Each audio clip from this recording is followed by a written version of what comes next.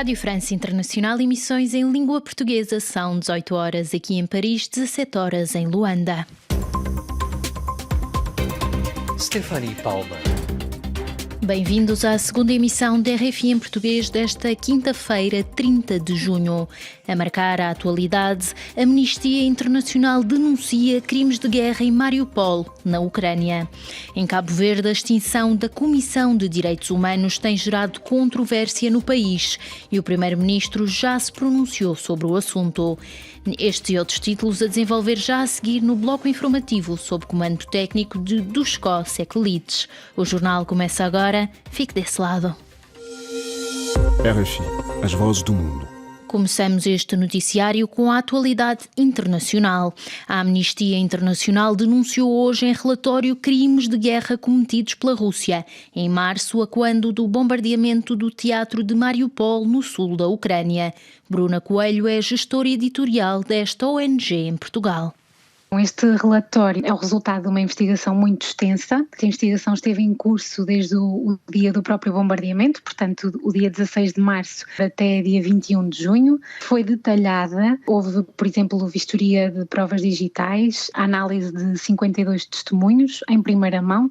Estes eram testemunhos quer de sobreviventes, quer de pessoas que presenciaram o ataque. Houve uma vistoria também às plantas de arquitetura do edifício e também a outro tipo de material autenticado, de fotografia e de vídeo. Aquilo que nós conseguimos investigar e concluir foi que se tratava de um ataque deliberado e indiscriminado e que constituía um crime de guerra. Portanto, um ataque dirigido a um alvo civil e a uma infraestrutura civil, já que o teatro estava a servir de posto de distribuição de medicamentos, de comida e água, e era reconhecido e claramente reconhecível como uma infraestrutura civil.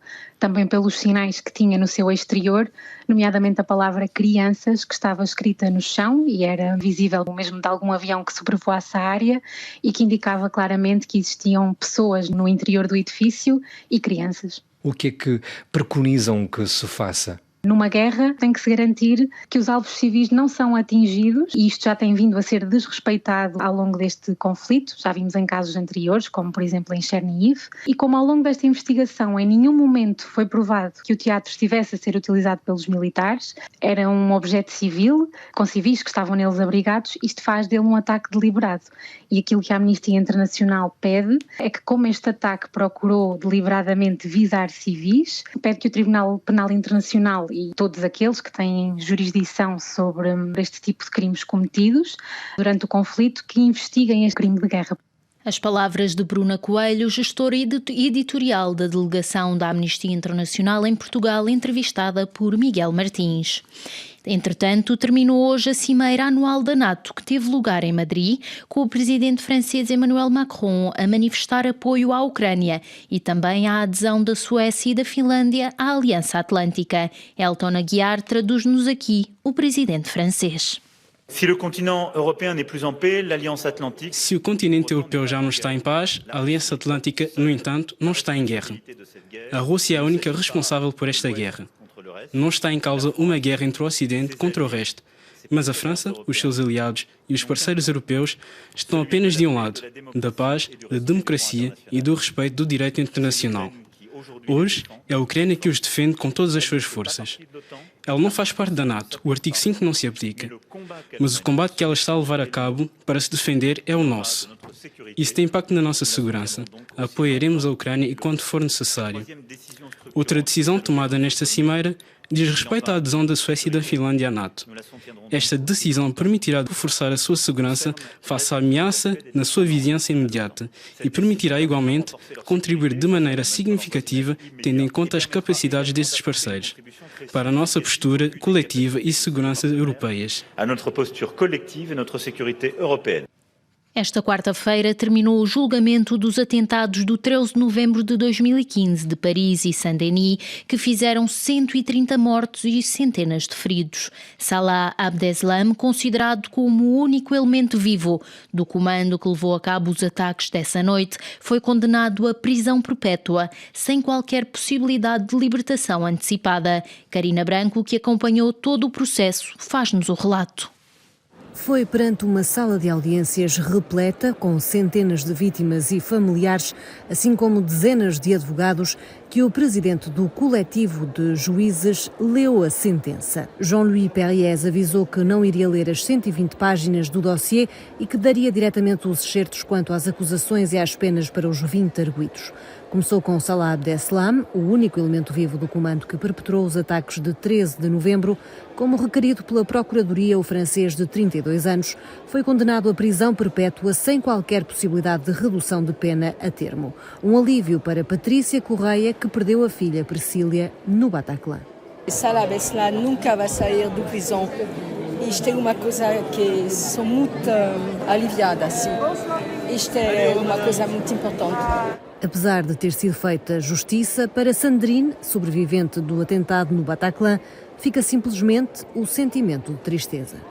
Estou triste porque fiquei a pensar que houve justiça aqui nesta sala, mas a humanidade perdeu-nos. O que se passou no 13 de novembro, a tristeza vai ficar.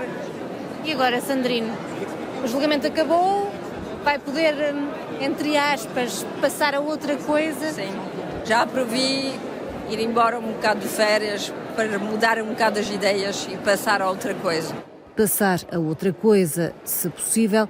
Assim termina este julgamento histórico de quase 10 meses, mais de 6 anos depois dos ataques que fizeram 130 mortos e centenas de feridos na região de Paris. Nos 400 anos do nascimento de Molière, continuamos a apresentar-lhe as adaptações em língua portuguesa das peças do dramaturgo francês. O encenador António Pires levou este ano a palco em Lisboa e Almada a peça Dom Juan, por causa da hipocrisia que atravessou os séculos e se mantém atual. Ouçamo-lo em entrevista à Carina Branco.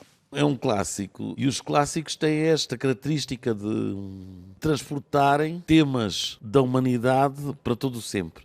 E podem ser lidos, podem ser representados, porque nós vemos-os sempre lá. De todo o repertório de Molière, porquê é que escolheu o Dom Juan? Por causa da hipocrisia. Há um monólogo quase no fim em que ele fala sobre a hipocrisia e eu acho que lá está muito atual. Acho que me apeteceu falar sobre a hipocrisia. O Dom Juan é um personagem muito sincero, muito ingênuo. Ele tem todos os defeitos do mundo, tem todos os defeitos, porque diz a verdade. Faz só o que lhe apetece, não está para seguir normas da sociedade e é por isso que ele é condenado. Mas no fim, ele diz que vai fazer como os outros seres humanos fazem. Ou seja, vai se transformar num hipócrita. Vai se disfarçar, e neste caso é com a religião, mas nós podemos transportar para outras coisas, para o que quisermos, e vai passar com uma grande cara de pau a mentir. Praia 99.3 FM. Tempo agora para a atualidade africana. Em Cabo Verde, a extinção da Comissão de Direitos Humanos tem gerado controvérsia no país e o primeiro-ministro já se pronunciou sobre o assunto. O relato é do nosso correspondente Odair Santos. Após o intenso debate nos últimos meses na imprensa cabo-verdiana sobre a extinção da Comissão Nacional para os Direitos Humanos e a Cidadania, agora veio a secção portuguesa da Amnistia Internacional a manifestar-se preocupada com a decisão do governo cabo-verdiano e pediu para que a extinção seja ponderada para que nenhuma medida tomada represente um sério retrocesso e uma ameaça à promoção, à proteção, à monitorização e à defesa dos direitos humanos em Cabo Verde, comprometendo todo o trabalho que tem sido realizado pela CNDHC. Em reação, o primeiro-ministro Ulisses Correia Silva afirmou que não há motivos para preocupação e que a integração dos direitos humanos na Provedoria da Justiça garante maior independência. Essa comissão desempenha funções que a Provedoria da Justiça desempenha. E nós, em termos de condições de racionalidade e de eficiência das estruturas, essas funções irão passar para o provedor da Justiça, sem perda de capacidade de intervenção, sem perda da independência, até porque a Provedoria é um órgão que emana do Parlamento. É designado pelo Parlamento, o seu orçamento está integrado no Parlamento, portanto tem todas as condições até de maior independência relativamente à Comissão Nacional de Direitos Humanos. A decisão do Executivo de integrar os direitos humanos na Provedoria da Justiça faz parte do programa do Governo para esta legislatura. A atual Comissão Nacional para os Direitos Humanos e a Cidadania é tutelada pelo Ministério da Justiça. De Cabo Verde para a RFI, Odair Santos. É o ponto final deste bloco informativo. Continue connosco para a segunda parte da nossa emissão, já em seguida. Até já!